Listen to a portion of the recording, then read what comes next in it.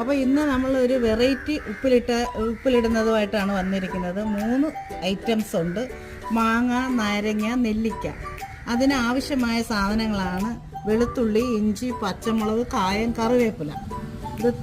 ഇനി നമ്മളിതെല്ലാം കൂടെ നമ്മൾ ഉപ്പിലിടാനായിട്ട് വെച്ചിരിക്കുന്ന ജാറിലോട്ടാക്കാവുന്നു.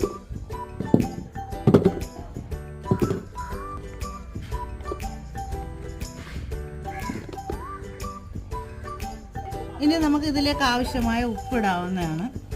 ഈ സാധനങ്ങളെല്ലാം തന്നെ ഞാൻ തിളപ്പിച്ചാറിയ വെള്ളത്തിലാണ് കഴുകിയത്. ജാറും തിളപ്പിച്ചാറിയ വെള്ളത്തിലാണ് കഴുകിയത്. അതിനുശേഷം ഈ തിളപ്പിച്ചാറിയ വെള്ളം നമ്മൾ ഇതിലോട്ട് ഒഴിക്കുകയാണ്.